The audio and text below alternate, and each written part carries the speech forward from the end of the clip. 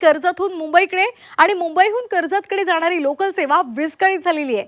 वांगणी आणि बदलापूरमध्ये तिथे रेल्वे स्थानकांदरम्यान डाऊन मार्गावर अग्निरोधक यंत्रणा सक्रिय झाली आहे आणि त्यामुळे मेल एक्सप्रेस गाड्या ऑटोमॅटिक पद्धतीने थांबत आहेत। त्यामुळे बदलापूरहून कर्जतकडे जाणाऱ्या लोकल्स रखडलेल्या आहेत। त्याचा परिणाम अप दिशेकडच्या वाहतुकीवर सुद्धा झालेला आहे।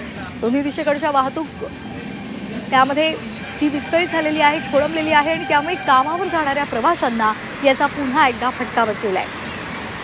या संदर्भात अधिक माहिती घेणार आहोत आमचे प्रतिनिधी चंद्रशेखर भुयार। चंद्रशेखर, किती वाजता या यंत्रणेमध्ये बिघाड झालेला आहे आणि आता किती वाजेपर्यंत ही सगळी जी वाहतूक खोळंबलेली आहे ती सुरळीत होऊ शकते? सकाळी 7 ते 6:30च्या दरम्यान हा प्रकार घडलेला आहे।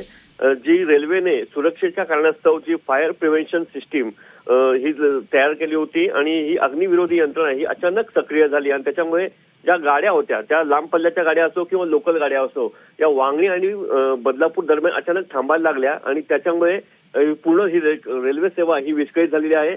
डाऊन मार्गावर हा प्रकार घडला असला तरी अप मार्गावर याचा परिणाम जाणवतोय। आता रेल्वे प्रशासनाने सदर यंत्रणा कुठे फेल झालेली आहे ते दुरुस्तीचं काम सुरू आहे।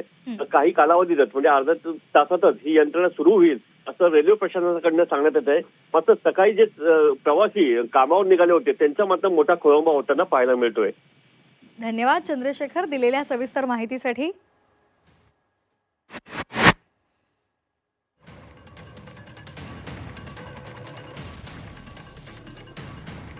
तर आपण पाहतोय वांगणी बदलापूर अग्निरोधक यंत्रणा सक्रिय झालेली आहे आणि त्यामुळे रेल्वे वाहतुकीवर त्याचा परिणाम झालेला आहे।